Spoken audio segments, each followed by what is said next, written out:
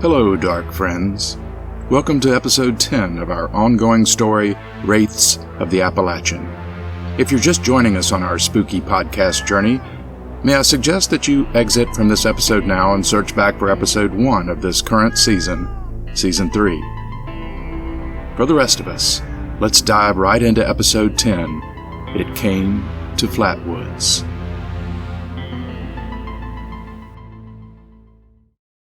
Chapter 10. It Came to Flatwoods.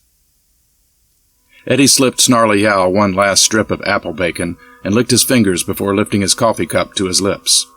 From the round table where he sat outside the Days Inn, he had a clear view of the highway he had driven to get there. A single range of verdant West Virginia mountains created a picturesque scene despite the shopping center, car lot, and small businesses that dotted the valley on that Sunday morning. Eddie hadn't slept that soundly since embarking on his odd journey, and he felt amazingly refreshed considering his exhausting adventure the night before in Jake Warren's cabin near Hopkinsville. Hate to spend the money, but I think it was well worth it. As he finished the last of his coffee, a young couple about his age walked past his table to an odd structure that stood in the gravel area next to a large wooden swing. Eddie had noticed the huge chair before and how it was uniquely painted, but had dismissed it as part of a playground that even adults might enjoy. The chair was elevated so that one had to climb 5 steps and take another step or 2 before being able to sit. It was painted green for the most part, except for the pointed alien head that extended up beyond the back of the chair. The face within the green hood of the space creature was red with 2 yellow eyes. "Go on, babe. Let me get a shot of you sitting in it." The man pulled his cell phone out of his pocket and held it out before him as he positioned himself to frame the shot. "Okay, then I'll get one of you," the woman said. "Would you like me to take one with both of you in it?" Eddie offered. "Oh yeah, that'd be great, thanks." The man's teeth shone through his dark beard as he grinned and handed his phone to Eddie. He climbed up and slid in beside the woman in the oversized chair who flipped her shoulder-length blonde hair back from her face and smiled for the camera. The morning sun caught her hair, making it glow with a reddish tint that made Eddie think of Renee, and he felt a hollow sadness in the pit of his stomach. "Okay, on 3, Eddie said, shaking off the touch of melancholy. After he counted down and snapped the photo, he added, "Great, let's do one more to be sure." "Thanks, man." The bearded man took his phone back and then shook Eddie's hand. "I'm Luke, and this is my wife, Vinka." They both grinned and looked at each other as Luke said her name. "That's my stage name," she offered, explaining their smiles. "I'm Marianne." "Eddie, nice to meet you." "Stage name, you said?" "Yeah, I dance with a group that's performing in Flatwoods later. We all use stage names." "So Luke is a stage name too?" The couple laughed. "No, Luke's my real name. Only dancers qualify for stage names." His emphasis on the word dancers earned him a punch on the arm. "Don't make us out to be a bunch of prima donnas," his wife said. "You can have a stage name any time you want." No, Luke's fine." He focused on Eddie and said, "I wear a lot of hats. MC, tech assistant, driver, food deliverer, resident smartass, whatever's needed." "The last one for sure," Ariane said with a smile. To Eddie she asked, "You here for the festival?" "Festival?" Eddie asked. "The Flatwoods Monster Festival. I can't really imagine traveling to Flatwoods for anything else." "No, I don't know anything about it," Eddie admitted. "Oh, man." Luke seemed excited to have the opportunity to explain. "It's all about the sighting that happened in Flatwoods in 1952. After people saw an object streak across the sky and land in the woods, a family went to investigate, and they saw a huge creature, 10 or 15 feet tall, with glowing eyes and long arms floating towards them." "The Flatwoods Monster," Ariane said as she pointed back toward the chair. "People used to be freaked out by it, but now they have a festival every year. The dance group's mostly made up of geeks like us who love cosplay and gaming. We perform at cons and festivals all over the area, and this year we got a gig to perform here." "I never heard of this monster before," Eddie said. "Oh, you can see a bunch of videos about it on YouTube," Luke said. "Small Town Monsters did a whole documentary on it." Eddie nodded even though he didn't know what Luke was talking about. "There's even a museum dedicated to it in Sutton." "Sutton?" "Yeah, it's just a couple of miles down the highway."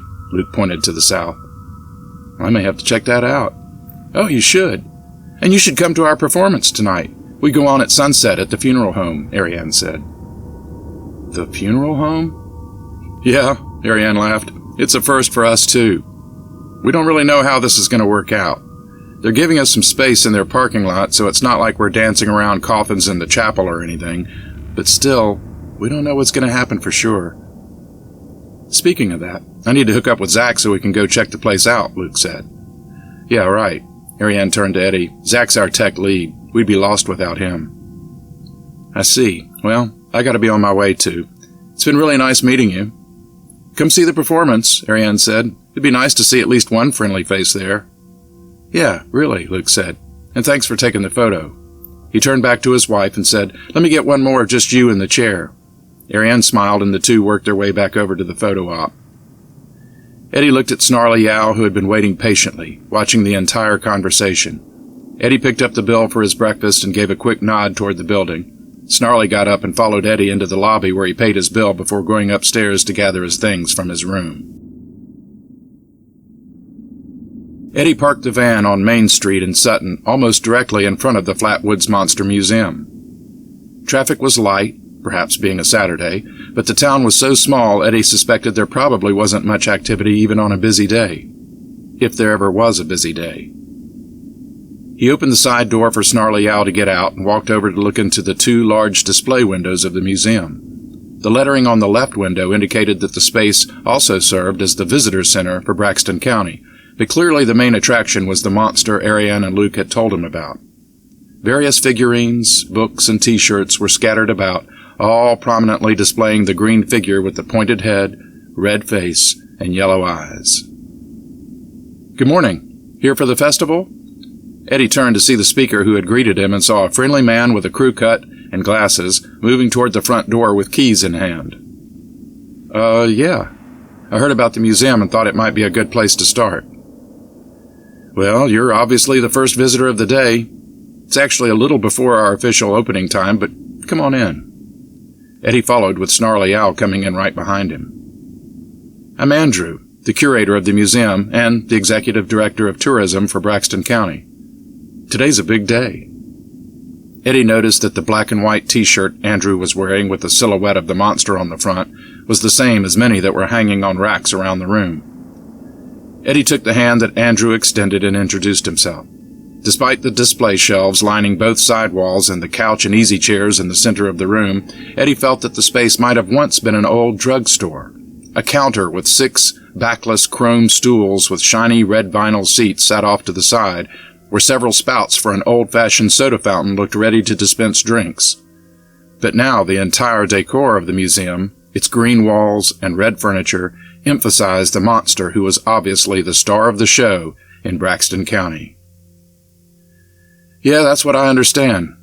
To tell the truth, I just learned about the monster today. I happened to meet a couple at the Days Inn who told me a little of what's going on. So this all goes back to a UFO sighting in the 50s? That's the story. Hey, if you don't mind, I'm going to start a pot of coffee in the back, so just make yourself at home and I'll be right back to tell you more about it. As he slid a curtain back that blocked access to a narrow hall, he called back over his shoulder, Would you like a cup? No thanks, I had plenty back at the motel. Take your time. Eddie was studying a display of books that included stories of UFOs, the Mothman of Point Pleasant, and other strange, unexplained phenomena, when he suddenly caught a whiff of smoke. Turning back to the center of the room, he saw a woman sitting in one of the red easy chairs. She looked as if she'd been there a while, with one leg crossed casually over the other, and her elbow on the arm of the chair as she held a lit cigarette aloft between her fingers. Heck of a dog you got there, she said. Thanks, Eddie said as he looked at the woman with narrowed eyes. She was thin with rather sharp features and wore black-rimmed glasses that did little to soften her look.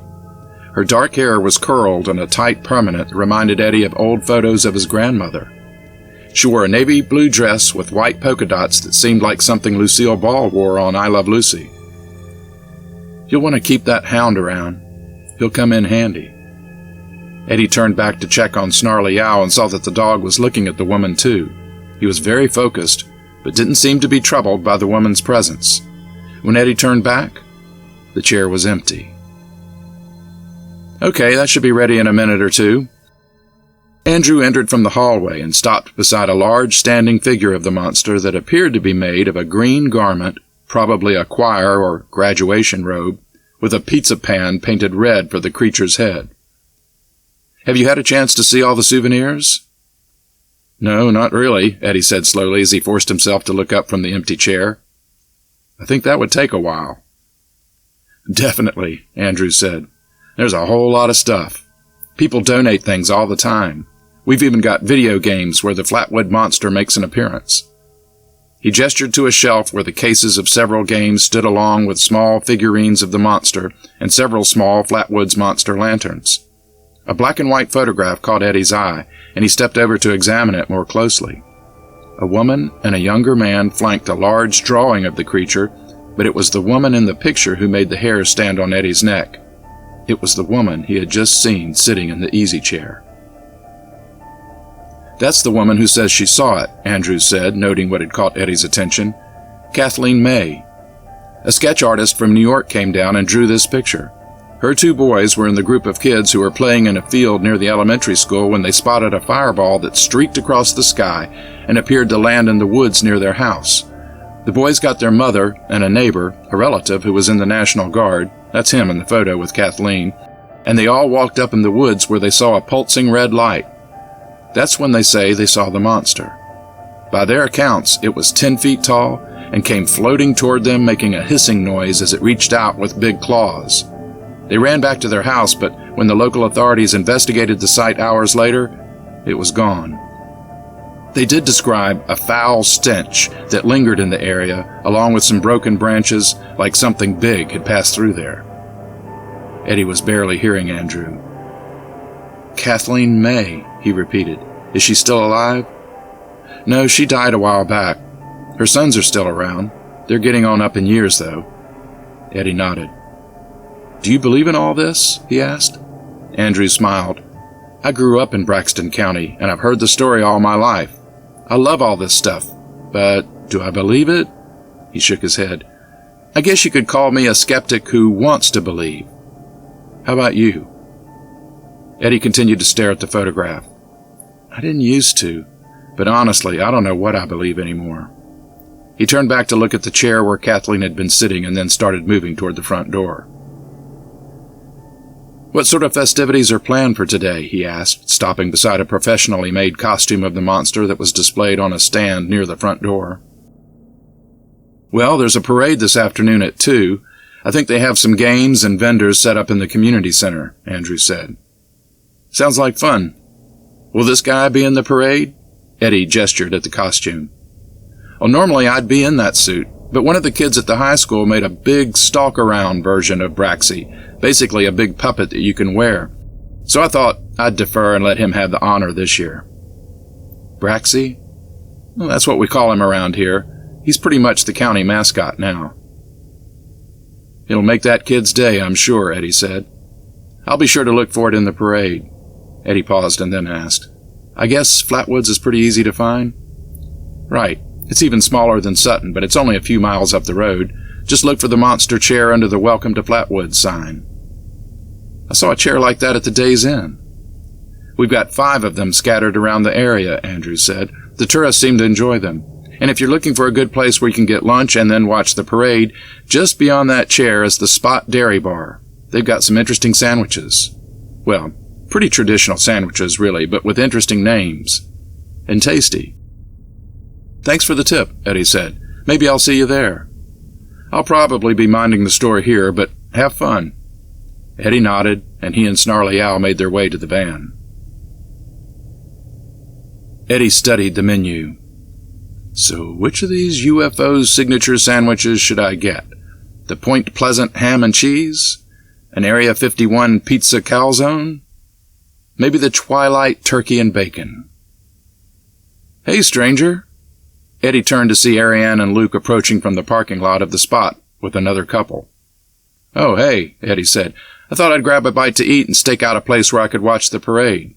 I have it from a good authority that this is the place to be. Awesome. Sounds like a good plan, said Ariane. Mind if we join you? Be my guest. Ariane motioned to the thin, bearded man and the brunette with him. Eddie, this is Beth, or Firequill as she's known in our group, and Michael, one of our tech crew. Nice to meet you, Eddie said as they returned the greeting. Listen, Eddie, go ahead and get your meal and we'll find you out here after we get ours. Our other friends should be joining us any minute. Is that cool? More the merrier. Sounds good. While his new friends chatted and laughed, Eddie made his way into the spot and up to the takeout counter. A fresh-faced teenage girl with blonde hair asked, "Can I take your order?" Eddie grinned and said, "I'm thinking about the Roswell grilled chicken sandwich, but was wondering if the special sauce is really safe." The girl smiled as if she'd never heard jokes about their unique menu and said, "Yeah, I think you'll be okay. It's the Point Pleasant ham and cheese you got to be careful about." Eddie raised his eyebrows. The girl added in a stage whisper, "It comes with mothballs." Eddie shook his head, still not understanding. "Point Pleasant? Mothman?" she said. "Oh, I get it. Mothballs. That's good. Sorry, I'm really not up on all the cryptid lore in the area." "That's okay. I wasn't either until I started working here. We get a lot of people who are really into all that stuff, especially on days like today with the festival and everything, so we kind of have to be." She looked behind Eddie where Luke was coming in the door with Beth and Michael. "We decided to let Ariane be the welcoming committee," Luke said to Eddie. "We're starving." The girl at the counter tapped her pen on the counter and Eddie turned back to her. "So you want a sweet tea with that sandwich?" "Sounds good," Eddie said. He stepped aside after the girl ran his credit card. After she'd taken the group's orders, Eddie stood by and smiled politely as the three friends chatted for what seemed like an eternity. When he finally got his meal, he took it outside where Snarly Yow had settled under the shade of a large oak.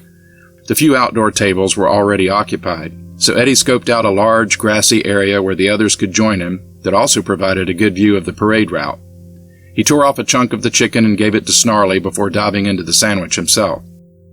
As Eddie drank his tea, a black SUV pulled into the parking lot. A stocky man in khaki cargo shorts, utility boots, and a large black T-shirt with "I Believe" emblazoned under a flying saucer got out with three women that Eddie figured were a part of the troop. Eddie's guess was confirmed as he watched Ariane approach them. "Hey, Luke's already inside with Beth and Michael. Are you guys eating now, or are you going to wait until after the show?" "Oh, I'm definitely eating now," said the man as he stroked his beard.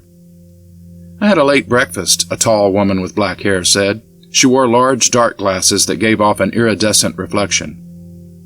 "And I doubt there's much of a vegan menu here anyway. I'll just get water for now." The woman with red hair said, "It's going to be about 6 hours before we perform. I'm getting something now. How about you, Tessa?" "Yeah, I'm going to eat now," answered the smallest woman in the group. "Let's check out the menu." The two women followed the man who was already heading into the restaurant. "Get me a water, Emily?" called the tall woman with Ariane. The redhead turned back around and gave her friend a thumbs up. "Luke's getting me a drink and a salad," Ariane said to the woman who remained. "But come here, I want you to meet someone." She led her friend over to where Eddie sat. "Arcana, this is Eddie. We met earlier at the motel. Arcana's going to perform a solo dance tonight." "Nice to meet you," Eddie said without getting up. He waved at her and showed her his greasy hands. "I'd shake, but I've picked up some suspicious residue from this Roswell sandwich." "No problem," Arcana said, smiling beneath her dark glasses. "What the heck is taking Luke so long?" Ariane said with a frown. "I'm going to check. I'll be right back." Eddie and Arcana nodded as Ariane made her way back into the restaurant. Arcana sat down near Eddie beside Snarly Yow. "Beautiful dog. Is he part wolf?" Eddie's eyes widened. Until that morning, no one had appeared to notice Snarly Yow at all, but suddenly in this small town, two people had. Eddie was fairly certain that the first one back in the museum was dead, but this woman obviously was not. Eddie had a whole new set of questions for Mr. D.